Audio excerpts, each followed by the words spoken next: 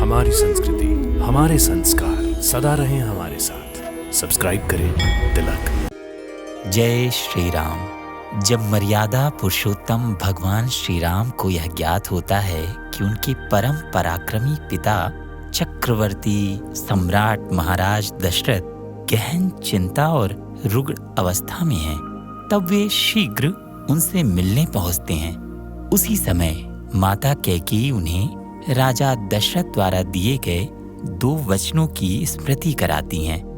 यह सुनकर श्री रघुनंदन के अधरों पर एक शांत मुस्कान खिल उठती है और वे बिना किसी विलंब के उन वचनों को पूर्ण करने का संकल्प ले लेते हैं। श्री रघुवर का यह धैर्य और मर्यादा पूर्ण आचरण देखकर माता कैकेयी भी अचंभित रह जाती हैं, जबकि महाराज दशरथ अपने अश्रु रोक नहीं पाते।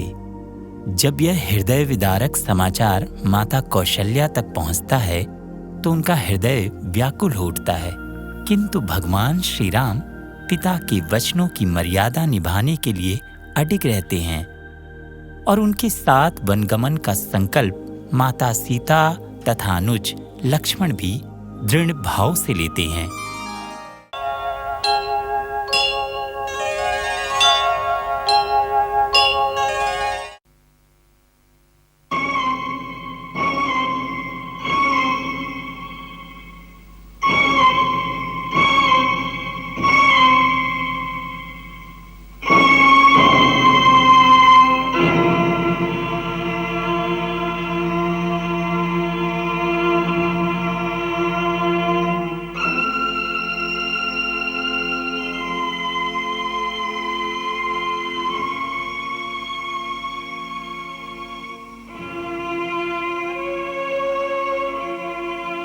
जीते रहो।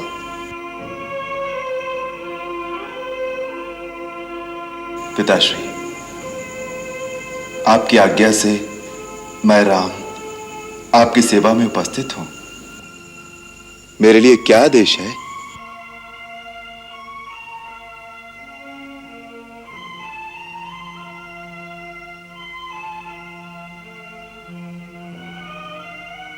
आप कुछ स्वस्थ नहीं दिखते।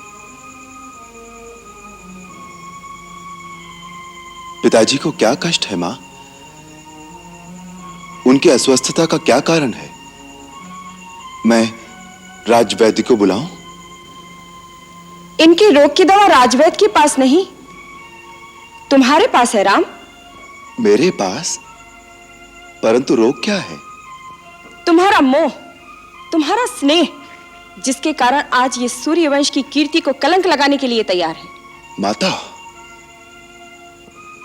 मुझे क्षमा करें। पिताश्री के लिए आपके श्रीमुख से वचन उचित नहीं।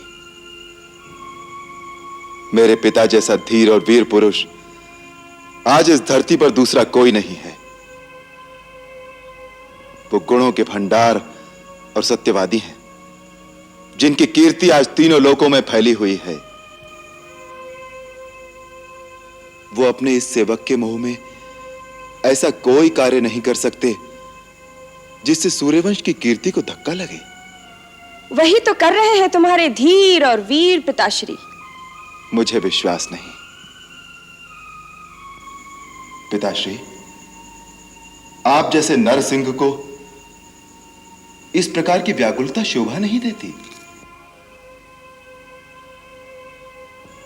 आप निसंकोच मुझसे अपने हृदय की बात कहिए। यदि पुत्रवत नहीं तो मित्रवत ही कहिए।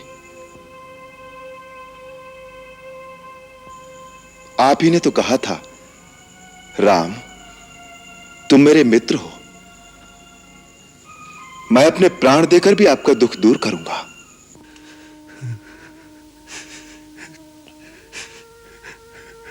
राम,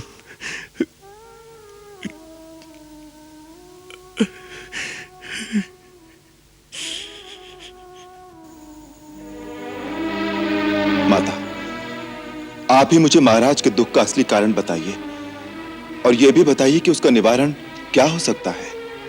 मैंने कहा ना, यदि तुम चाहो तो इनके रोग का निवारण हो सकता है। माता, आपको ये शंका क्यों है कि मैं पिता की आज्ञा का पालन नहीं करूंगा? बात ही ऐसी है। मां, जिस राम को आपने बचपन से अपनी गोद में पाला है, आप उसी राम पर संदेह कर रही हैं? मैंने अवश्य ही कोई घोर अपराध किया है, जिसके कारण मेरे पिता मुझसे बात नहीं करते। मेरी माता मुझ पर संदेह कर रही हैं। नहीं, ये तो मैं जानती हूं कि तू सत्य वचन से हटने वाला नहीं, परंतु क्या मां? आप केवल संकेत कर दें तो मैं आपके चरणों के लिए अपनी चमड़ी के जूते बनवाता हूं।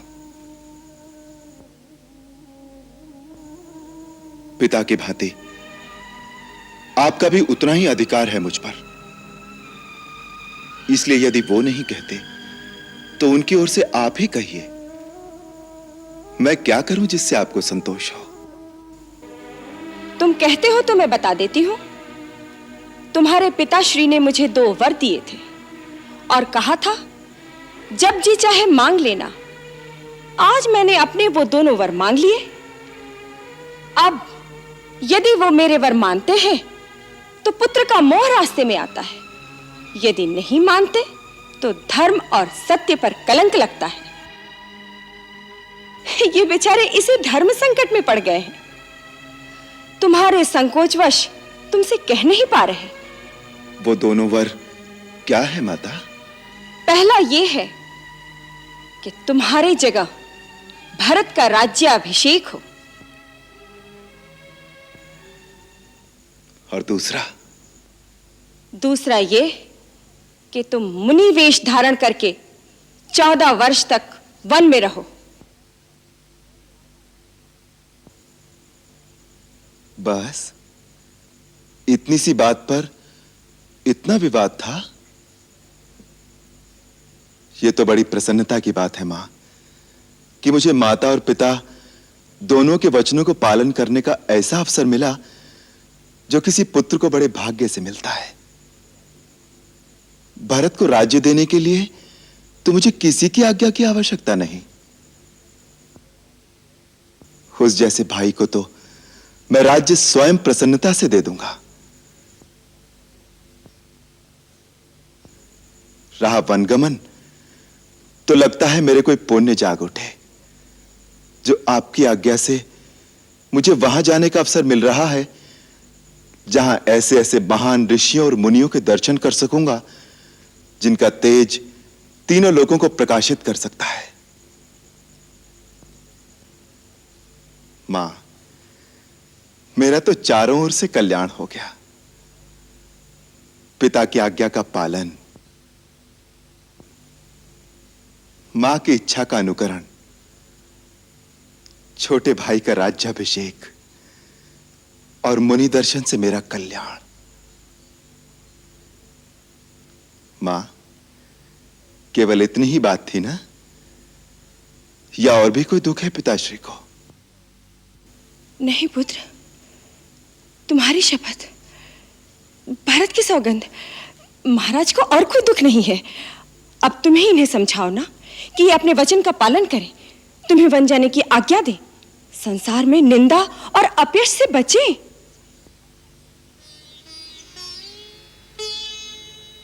पिताश्री, मैंने आपका मनोरथ जान लिया है। अब आपको अपने श्रीमुख से आज्ञा देने की भी आवश्यकता नहीं, क्योंकि पुत्र वही बड़भागी होता है जो पिता का मनोरथ जान लेने से ही उस पर आचरण कर सके। परंतु मुझे दुख इस बात का है कि केवल इतनी सी बात के लिए आपने अपने मन को इतनी भारी पीड़ा पहुंचाई। इसका अर्थ है कि आपको मुझ पर पूर्ण विश्वास नहीं, या आपको मेरे सेवक धर्म पर शंका है। पिताश्री, मुझे आशीर्वाद दीजिए कि मैं अपने आचरण से फिर आपका पूर्ण विश्वास पा सकूं। अब आप प्रसन्न चित्त से मुझे वन जाने की आज्ञा दीजिए। ताकि मैं आपके वचनों की पूर्ति करके, आपके धर्म की रक्षा करके अपना जीवन धन्य कर लूं। मैं माता कौशल्या और माता सुमित्रा से आज्ञा लेकर वन जाने से पहले आपकी चरण वंदना के लिए अभी आता हूं। अच्छा मां, मुझे अनुमति दीजिए।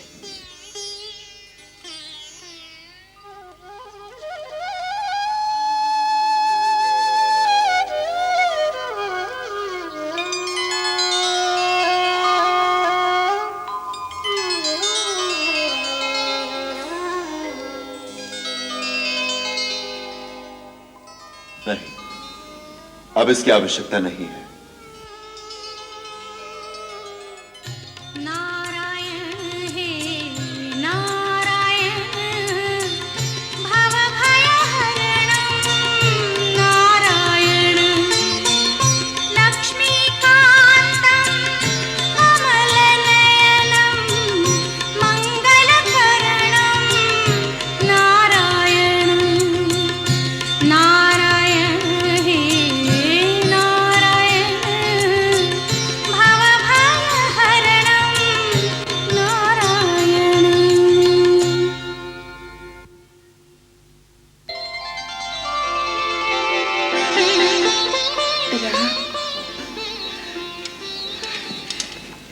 ठीक समय पर आ गया।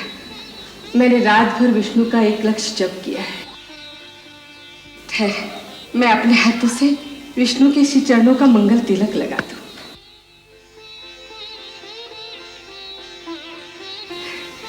बैठ, आसन ग्रहण कर। मैं भगवान का प्रसाद लाती हूँ।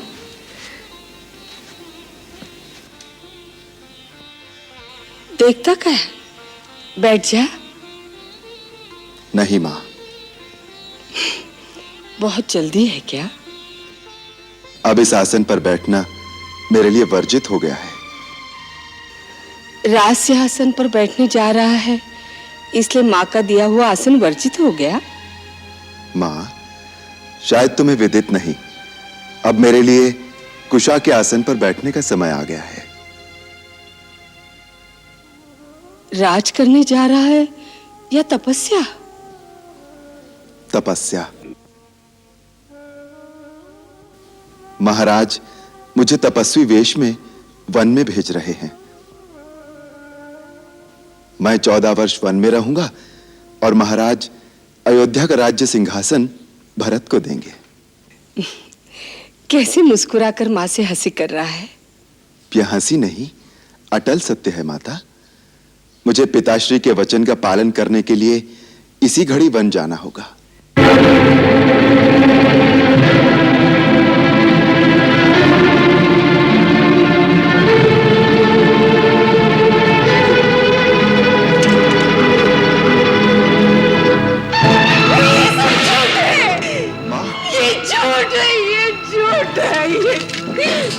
ये झूठ। माता, धीरज रखो माता। अयोध्या की महारानी को इस प्रकार धैर्य खोना शोभा नहीं देता। परंतु ये सब क्यों? किसने किया ये सब? राज्याभिषेक के तो स्वयं महाराज उत्कंठित हो गए थे। उन्होंने कुलगुरु महर्षि वशिष्ठ से जल्दी से जल्दी शुभ समय निकलवाने को कहा था। फिर एक ही रात में उनका निश्चय क्यों बदल गया? क्यों? मुझसे अधिक कैकेयी की ममता है तुझ पर। फिर उसने महाराज को क्यों नहीं रोका? क्यों? यह स्वयं महारानी कैकेयी का ही तो आदेश है। कैकेयी का? हाँ माता, पिताश्री ने देवासुर संग्राम में माता कैकेयी को 2 वर दिए थे। अब उन्होंने वो दोनों वर मांग लिए, भरत का राज्याभिषेक और मुझे 14 वर्ष का वनवास। मुझे आज इसी क्षण जाना होगा, इसीलिए मैं आपसे विदा मांगने आया हूं माता। 14 वर्ष के लिए वन जाएगा और उसके लिए ये अकस्मात विदा मांगने आ गया? इतनी अकस्मात तो बिजली भी नहीं गिरती मेरे लाल। और मुझे तो तेरी बात पर विश्वास ही नहीं हो रहा है। ऐसे सहज भाव से कह गया वनवास। वनवास का अर्थ भी जानता है मेरे लाल? तेरे जाने के पश्चात क्या मैं जीवित रह पाऊंगी? नहीं नहीं, तू कहीं नहीं जाएगा मेरे लाल, तू कहीं नहीं जाएगा, तू कहीं नहीं जाएगा। परंतु पिता की आज्ञा है मां। माता का भी तो उतना ही अधिकार होता है। माता की आज्ञा के बिना तू कहीं नहीं जा सकता। परंतु मां की भी तो आज्ञा मिल चुकी है। माता कैकेयी की, उन्होंने ही आज्ञा दी है। कैकेयी का उसमें स्वार्थ है, उसकी आज्ञा का क्या मोल है? मेरे लिए तो कैकेयी भी वैसी ही माता हैं जैसी आप। उतना ही मोल है उनकी बात का मेरे लिए। मैं ये सब कुछ नहीं सुनना चाहती। तू मेरी आज्ञा के बिना कहीं नहीं जाएगा। मां, मेरी जननी, मेरी मैया, माता होकर माता की आज्ञा की अवहेलना करने का आदेश दे रही हो, अधर्म के पथ पर चलने का पाठ पढ़ा रही हो। रघुकुल की कुलवधु माता कौशल्या सूर्यवंश की परंपरा भूल गई। इसी अयोध्या के राजा सगर की संतान ने पिता की आज्ञा से पृथ्वी पाताल एक करते हुए अपने प्राणों की आहुति दी थी। सत्य धर्म तथा दिए हुए वचन का पालन करने के लिए इसी अयोध्या के अधीश्वर राजा हरिश्चंद्र ने पत्नी तथा पुत्र दोनों को बीच बाजार खड़े करके बेच दिया था। पिता का वचन और माता की आज्ञा का पालन करने का व्रत ले चुका हूं। उससे विमुख करने की बात अपने मुख से कैसे निकाल रही हो माता? अपने पुत्र को पथभ्रष्ट होने का आदेश देकर अपयश की भागी न बनो। हाँ, निभा ले रघुकुल की रीति नीति। धर्म कर्म कर्तव्य का पालन कर। तो अपने धर्म का पालन करेगा, मैं मां के धर्म का पालन करूंगी। मैं भी अपने बछड़े से बिछुड़े गैया की तरफ तेरे पीछे पीछे आऊंगी मेरे लाल। मैं भी तेरे साथ चलूंगी। हाँ। नहीं मां, आप मेरे साथ नहीं आएंगे। पहले सुहाग फिर संतान, यही आर्य नारी का महान आदर्श रहा है। स्वामी का परित्याग स्त्री के लिए बड़ी निंदा का कार्य है। आपको ऐसी बात मन में भी नहीं लानी चाहिए। आपके पति ही आपकी गति हैं, आपका धर्म है। मां, राजा हम सब लोगों के स्वामी, गुरु और ईश्वर है। उनकी आज्ञा का पालन करना हमारा धर्म है। मेरे धर्मात्मा पिता को छोड़कर आप मेरे साथ वन में नहीं जा सकती। मैं वनवास पूरा करके फिर आपके चरणों में लौट आऊंगा। मां, 14 वर्ष तो पलक झपकते ही बीत जाएंगे। 14 वर्ष? तेरे बिना 14 वर्ष? ठीक है, जाओ, पिता का वचन पूरा करो, माता की आज्ञा का पालन करो। सबका धर्म, सबके वचन, सबके कर्तव्य पूरे हो जाएंगे। परंतु इसके बीच पीस जाएगी अकेली कौशल्या। 14 वर्ष तक तेरी बाट देखते देखते ये आंखें पथरा ना गई। तेरी प्रतीक्षा के बीच ये प्राण रह जाएंगे तो 14 वर्ष के बाद तुझे देख लूंगी। हाँ, तो वनगमन का व्रत लेकर मां से विदा मांगने आया है। ये नहीं जानता विदा के साथ साथ तूने मां के प्राण मांग लिए, मां के प्राण मांग लिए राम।